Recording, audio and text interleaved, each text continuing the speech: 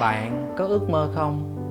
Có bao giờ bạn tưởng tượng mình sẽ làm nghề gì và trở thành một người như thế nào? Có chứ. Nhưng mà đâu phải ai muốn cũng được mày. Ê Hiếu, tao đang quay clip mà. Ở đâu mày chui ra vậy?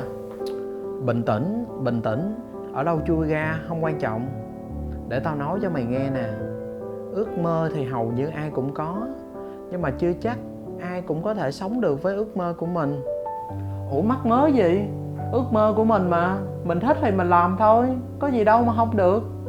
Thế nếu ước mơ của mày mà bị ba mẹ ngăn cản vì ba mẹ muốn mày làm theo ý của ba mẹ thì mày phải làm thế nào? Cũng đúng. Câu chuyện cô Hiếu có lẽ không phải là câu chuyện duy nhất minh chứng cho việc ba mẹ thích định hướng nghề nghiệp cho con cái. Trong khi đó thì con cái lại muốn tự quyết định tương lai sự nghiệp của mình. Thế nên nhân ngày hôm nay thì mình sẽ nói về vấn đề này. Mình thường xuyên nhận được những câu hỏi kiểu như: anh Chuối ơi, làm sao để nói với ba mẹ là hãy để em được tự lựa chọn nghề nghiệp của chính mình? Anh Chuối ơi, tại sao ba mẹ lại bắt em học ngành học mà em không thích vậy? Điều này chứng tỏ cho việc có nhiều bạn đang bị mắc kẹt giữa việc được làm điều mình thích hoặc là làm theo sự kỳ vọng và định hướng của ba mẹ. Vậy tại sao lại có tình trạng này? Nói một cách khách quan thì mình thấy đây là điều rất là bình thường. Không phải vì nó xảy ra quá là phổ biến, mà vì đây là một điều tất yếu đang diễn ra ở những gia đình mang đậm tư tưởng truyền thống, đặc biệt là truyền thống Á Đông, nơi mà ba mẹ có tư tưởng luôn phải lo lắng và bảo bọc cho con cái của mình từ khi nó còn nhỏ cho đến tận khi nó lập gia đình. Và điều này thì trái ngược hoàn toàn với lại tư tưởng của phương Tây, đó là tập cho con mình tự lập khi còn nhỏ. Ước mơ của con cái và định hướng của cha mẹ hầu như luôn đối lập với nhau, bởi khoảng cách giữa hai thế hệ và tâm sinh lý ở hai độ tuổi khác nhau thì dẫn đến quan niệm cũng sẽ khác nhau. Ba mẹ thì lúc nào cũng muốn con mình có một công việc ổn định, có chỗ đứng trong xã hội và không phải chịu nhiều vất vả hoặc là thiếu thốn như thời của mình. Thế nên sự lựa chọn của ba mẹ luôn rơi vào những ngành nghề phổ biến mà lúc nào xã hội cũng cần, như là bác sĩ, kỹ sư hay là giáo viên. Và các bạn thấy, học mấy ngành nghề mà ba mẹ chọn có bao giờ phải sợ thất nghiệp đâu, đúng không nè? Ê mẹ thằng Hiếu, năm nay bà định cho thằng Hiếu nhà bà thi trường gì ạ? Năm nay hả? Chắc tôi sẽ cho nó thi trường y. Trời ơi, dăm ba cái trường y. Thằng Vũ nhà tôi là tôi năm nay tôi cho nó thi bách khoa nè. Cái gì? Nhưng mà trường y cao điểm hơn. Cao cái gì mà cao? Con tôi là học 5 năm đã tốt nghiệp rồi, còn con bà phải học thêm 2-3 năm nữa. Đợi con bà tốt nghiệp chắc lúc đó con tôi nó giàu luôn rồi quá. Cũng đúng. Ê Hiếu, đừng học y nữa, thi bách khoa liền, liền cho mẹ. Thế nhưng ở vị trí là một người trẻ thì mình biết là các bạn vẫn có những ước mơ và con đường riêng của mình. Các bạn vẫn muốn mình được tự chọn trường, tự chọn ngành, chọn con đường tương lai và sự nghiệp của mình. Nhưng không may là những ước mơ đó hiếm khi trùng khớp với ý của ba mẹ. Hiếu, mẹ nói nghe nè, thi bách khoa nha con. Bách khoa sau này làm kỹ sư, kiếm được nhiều tiền. Thôi, con thích học ngành truyền thông đa phương tiện à, mẹ cho con học đi. Mày nói cái gì? Ngành gì nghe tên là ta không ưa rồi đó. Truyền thông là đi phát 3 cái tờ rơi hả?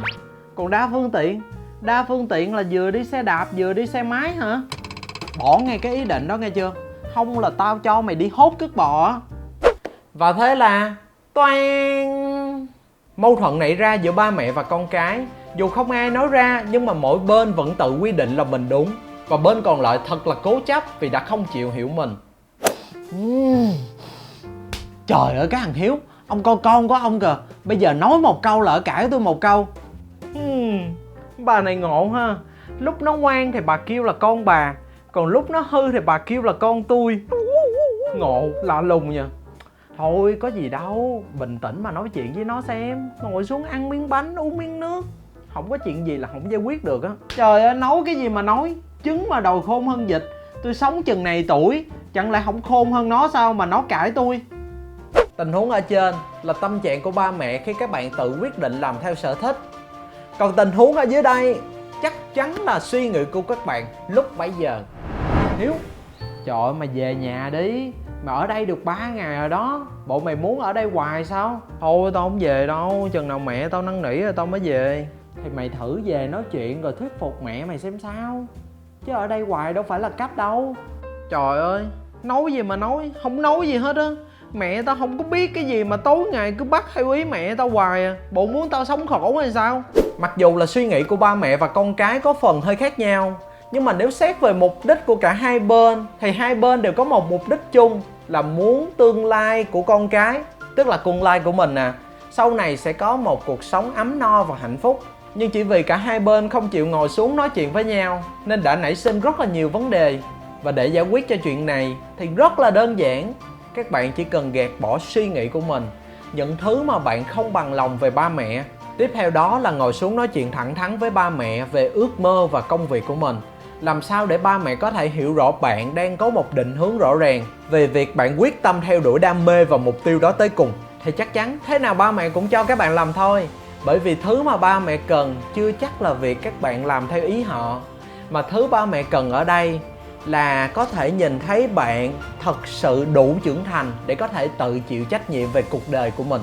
Và cũng giống như các bạn, thì hồi cấp 3 ba mẹ mình muốn mình học nghề công an. Nhưng khi mình ngồi xuống nói chuyện nghiêm túc với ba mẹ về những kế hoạch và dự định tương lai của mình một cách rõ ràng, thì ba mẹ đã cho mình tự quyền quyết định tương lai của mình. Và các cô chú phụ huynh ơi, nếu các cô chú đang xem video này thì con hy vọng là các cô chú có thể mở lòng ra với con cái của mình và hãy tin tưởng vào sự chọn lựa của các bạn. Bởi vì ngoài kia, ngoài những ngành nghề như là bác sĩ, kỹ sư hay là sư phạm, thì sẽ còn có rất là nhiều ngành nghề khác có thể mang lại cho các bạn một cuộc sống ổn định. Và điều quan trọng nhất là hãy để các bạn được thỏa sức trải nghiệm. Bởi vì các bạn còn rất trẻ, chỉ có thể trải nghiệm thì các bạn mới có thể trưởng thành.